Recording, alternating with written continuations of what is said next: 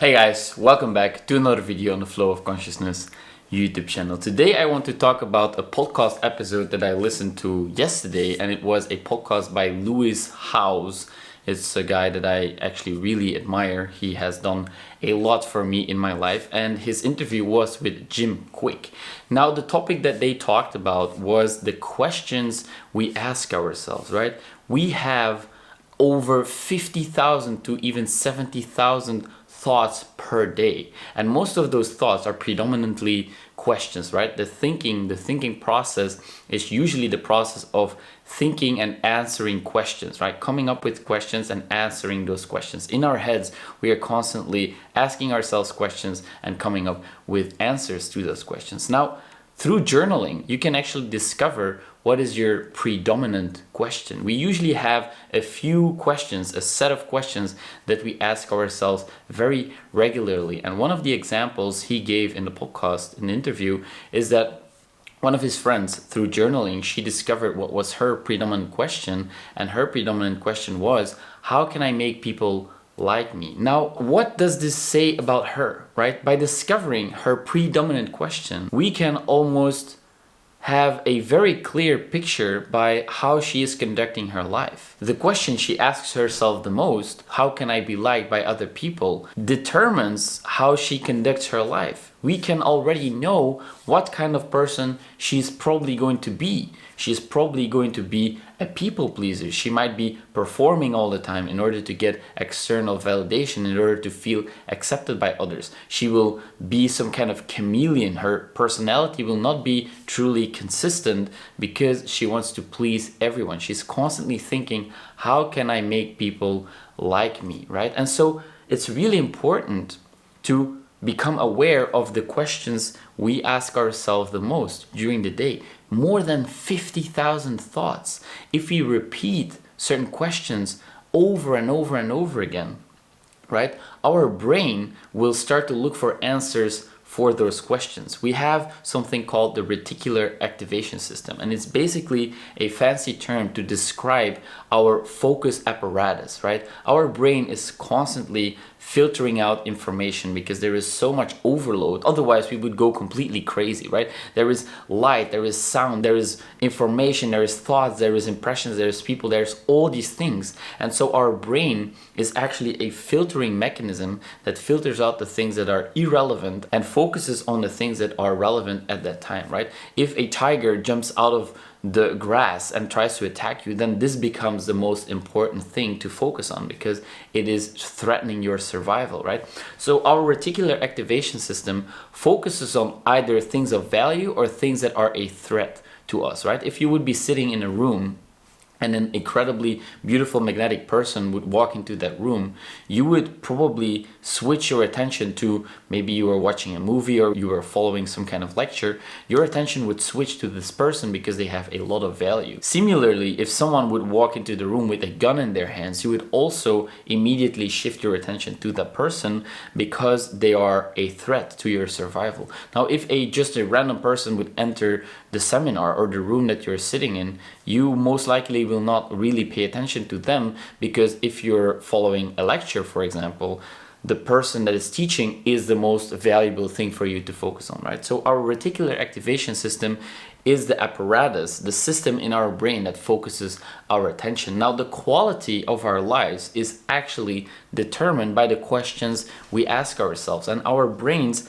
are wired to come up with answers to the questions we ask ourselves. So that is the process of thinking. So by becoming aware of the main questions you're asking yourself, you can dramatically increase and improve the quality of your life. And this is a very powerful realization that I made for myself. After journaling for a while and discovering the questions that I ask myself on a daily basis, I came to discover that I ask myself very often, why am I so sad? Why am I so heavy? Why am I so anxious? And by asking myself these questions, I will try to come up with answers for those questions, right? Maybe it is because I am a sad person. Maybe it is because my life is not as I want it to be, etc., etc. And so this drags me down. Now, by becoming aware of this, I decided to shift my focus, my attention onto other things. So for example, I try to focus now daily on the question, what is something that could make me laugh? What is something that I'm grateful for? How can I improve this moment? A beautiful anecdote that Jim Kwik gave in the interview also was when he was working with Will Smith. Jim Kwik is a guy who teaches people how to learn faster, right? And so actors, they need to remember their scripts. And so the faster they can remember and the faster they can learn their scripts, the better they can perform, right? Actors, they need to wait long hours in order to be able to be on set. They get called on set. It's hard work, right? Being an actor is not easy, especially not when you need to film the scenes.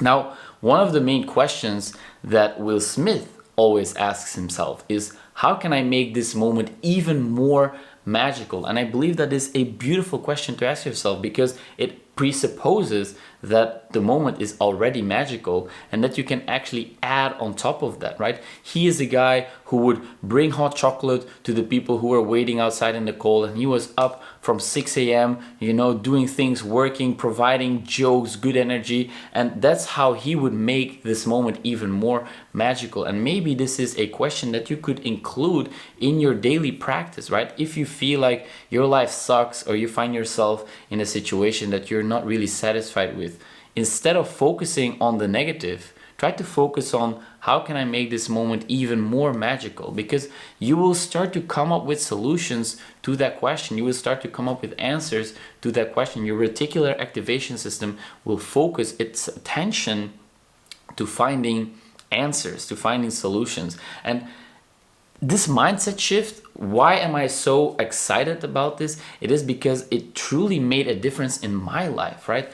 I was asking myself the wrong questions, not necessarily the wrong questions in the sense that there is something such as a right or wrong question, but I found that by asking myself the negatively oriented questions, the questions that put my attention on the negative things, they caused me to suffer. They caused me to feel really sad and really heavy and unmotivated, and I was procrastinating and I was victimizing myself. And at some point you have to understand that you are responsible for your happiness. Nobody chooses your happiness but you, right? You can make the decision, and it is usually not what happens to us that is causing us to suffer. It's mostly our response to what's happening to us, right? So taking responsibility for your life, taking responsibility for your attitudes, for your mindsets, is something that I am a huge proponent of. I am a strong believer in some kind of responsibility ethic where you are able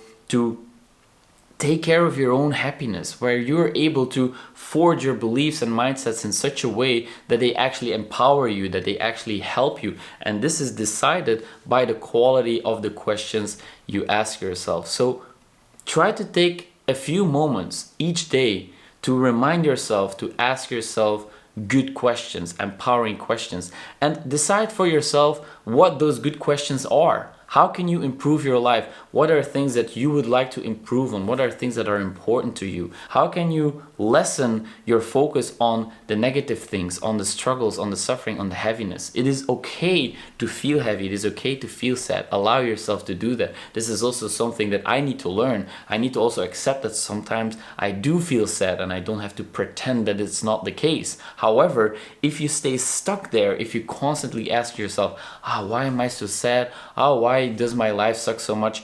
You will find answers to those questions, and they will confirm that your life actually sucks or that you are actually sad. Now try to turn it around. Try to think, how can I make myself laugh today? What is something that I can feel grateful for? What is something that I can help other people with? Because helping others, being of service, it pulls you out of your own head. And this is a big topic in my videos, that I used to be stuck in my head so much that I was not even aware of what was happening around me. And so pulling myself out of my head by focusing on providing service, by helping others, by sharing my experiences, my perspectives, this allows me to actually, not stay so stuck in my own mind and not stay so stuck with my own thoughts, because it's not amounting to anything productive. It's not really amounting to anything of benefit to anyone, right? Because I feel sad about myself, I feel bad about myself, and I'm not helping others that way. So instead, ask yourself more empowering questions, because the quality of your life is truly decided by the questions you ask yourself, and I am sure that you will find the right answers. So that is all I have for you today. I hope it made you think. I hope it made you more aware of the questions, of your predominant questions, right? Because we all have predominant questions we ask ourselves, and by becoming aware of these questions, we can start to slowly change them and choose new ones, pick more empowering ones, right? 3 questions that Jim Quick actually describes in the interview if you are aiming to learn something new, or if you want to improve and increase your knowledge, is by asking yourself, how can I use this, right? If something is happening, you can ask yourself, how can I use this? And then the next question is, why should I use this? Because it will make you find reasons for you to really implement what you've learned, right? And then, when can I actually implement what I've learned? That is the last question you would ask yourself in order for you to apply the knowledge you've gained through that situation. Because people say knowledge is power, but that's not really true, because if you don't really use the knowledge, nothing happens with it. So instead, applied knowledge is power, right? Knowledge that is actually put into action, that is turned into something tangible, that is turned into a behavior or creating something, right? This is what is true power. So applied knowledge is power, not necessarily just knowledge by itself. So a few thoughts for you to think about. Maybe you can sit with these ideas for a little bit and become more aware of the questions you're asking yourself, and know that your reticular activation system will focus on the things that you put your attention towards, the things that you deem valuable, and that can also be reasons why you're sad or reasons why you're stuck in life. And so I think that by changing the questions and by refocusing your attention on better things, more empowering things, you will see that your life is gradually starting to improve. And that is absolutely something that I've experienced, and that's why I want to share it with you. And as always, thank you so much for watching. I'll see you in the next one.